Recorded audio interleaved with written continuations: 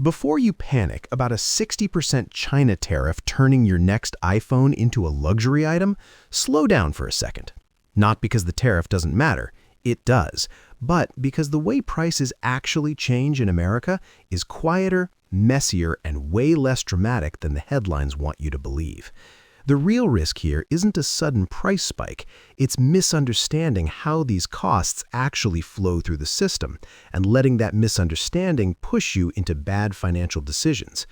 Let's walk through this calmly. No panic, no hype, just how this actually works in real life. Because yes, this will affect you, just not in the way TikTok thumbnails are screaming about. There's a widely believed idea in American work and consumer culture that tariffs are simple. Government adds a tariff, companies pass it directly to consumers, prices jump, everyone feels it immediately. That idea sticks because it feels logical. It fits in one sentence. 60% tariff equals 60% price increase. Easy math, easy outrage. But modern American companies don't operate on simple math, especially companies that sell high-margin, high-loyalty products. Prices aren't set emotionally, they're engineered. Tariffs don't hit price tags, they hit supply chains. They show up in contracts, shipping costs, manufacturing negotiations, currency hedges, tax strategies, and long-term pricing models. And by the time any of that reaches you, it's already been softened, reshaped, and strategically disguised. That's the blind spot most people miss. Let's slow the math down and make it real. When someone says that $1,000 phone is about to cost $1,600, they're assuming the tariff applies to the retail price. It doesn't.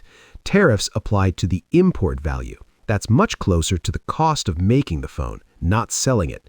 Say a phone costs around $450 to manufacture, assemble, and ship to the US. A 60% tariff adds about $270. That puts the total at $720. Now pause there. That's not nothing, but it's also not the apocalypse people are selling you. From there, companies have options. They can absorb part of the cost, spread it across their entire product lineup, adjust accessories, push services harder, or make quiet changes to storage tiers and upgrade pricing. And most of the time, they do all of the above. They don't want you noticing a big jump. They want you barely noticing anything at all. Here's why. American consumers don't respond well to sudden pain. Price shock breaks trust, and trust is what keeps people upgrading, subscribing, and staying loyal year after year. So instead of one massive increase, you get a slow drip.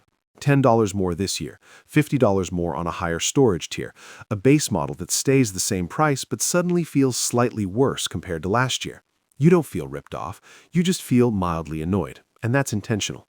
Phones aren't impulse buys anymore. They're infrastructure. They're how you work, pay bills, talk to family, manage schedules, and exist socially. That makes them incredibly valuable to companies, but it also means companies have to be careful not to push too hard. Let me make this more concrete. Meet Jason. Jason is 34. He lives in Columbus, Ohio, works in marketing for a mid-sized healthcare company. Makes about $78,000 a year. Married, one kid, some savings, some student loans, a mortgage that feels heavier than he expected. Jason upgrades his phone every 3 years, not because he's chasing status, because his phone slows down, the battery gets annoying, and work apps start glitching. When headlines tell Jason the next phone might cost $1,600, his first instinct isn't anger, it's hesitation. He thinks, maybe I should just keep this one another year. Or maybe I'll buy used, or maybe I don't really need the Pro model.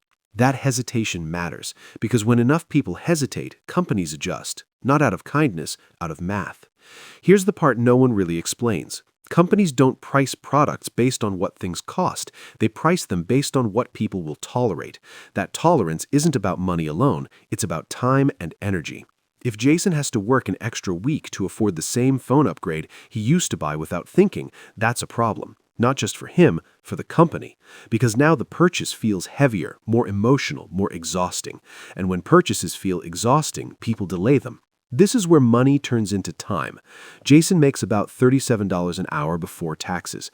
After taxes, benefits, and everything else, maybe it feels closer to $25 an hour in his head. A $1,000 phone feels like 40 hours of work. A $1,200 phone feels like almost 50. That's not just a number. That's a week of his life. And when prices creep up quietly, what's really happening is this. Companies are slowly asking for more of your time in exchange for the same thing. That's the real cost, not dollars, hours. This is also why income gets misunderstood. In American culture, income is treated like status. Higher income equals success, lower income equals failure. But income is really leverage. It determines how much time you have to trade to maintain your lifestyle. Someone making $150,000 feels a price increase differently than someone making $60,000. Not because one person is smarter or works harder, but because the time exchange is different.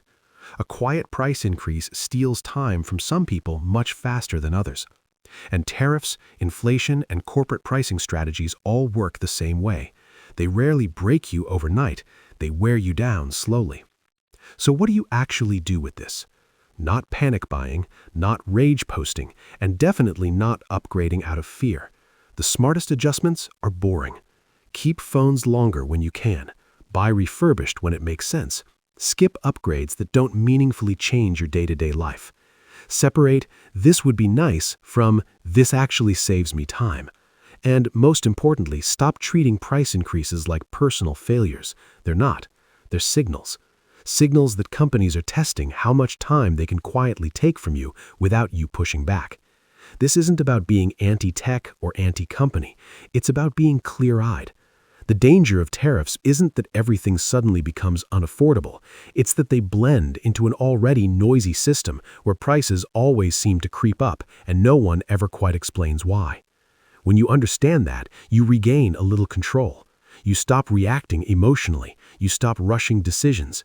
You start choosing upgrades deliberately instead of reflexively. And that's real freedom.